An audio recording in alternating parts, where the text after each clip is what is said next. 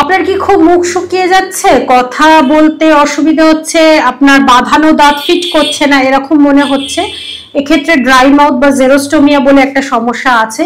বিভিন্ন কারণে হয়, ভীষণ তেষ্টা পায়, কথা বলতে অসুবিধা হয়, ডেন্সার ঠিক করে ফিট করে না, জিভটা অমসৃণ থাকে, হজমের সমস্যা হয়, এর সঙ্গে ঠোঁট ফাটা, উচ্চারণ, খেতে গিলতে চিবোতে সমস্যা, মুখ সারাক্ষণ শুকনো থাকে। কাদের হয়?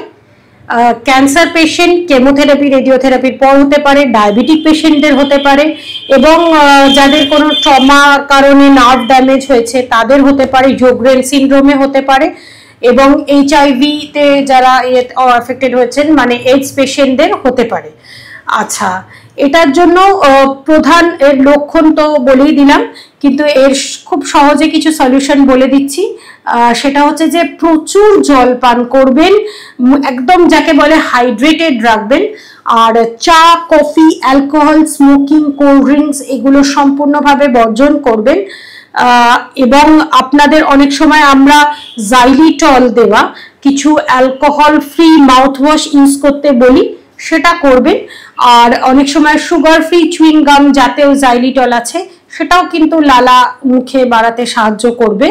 এছাড়া মুখে আমরা অনেক সময় রাখতে বলি ভিটামিন সি কিছু ওষুধ, যেটা ভিটামিন সি লজেন্স হয়, সেটা মুখে রাখবেন।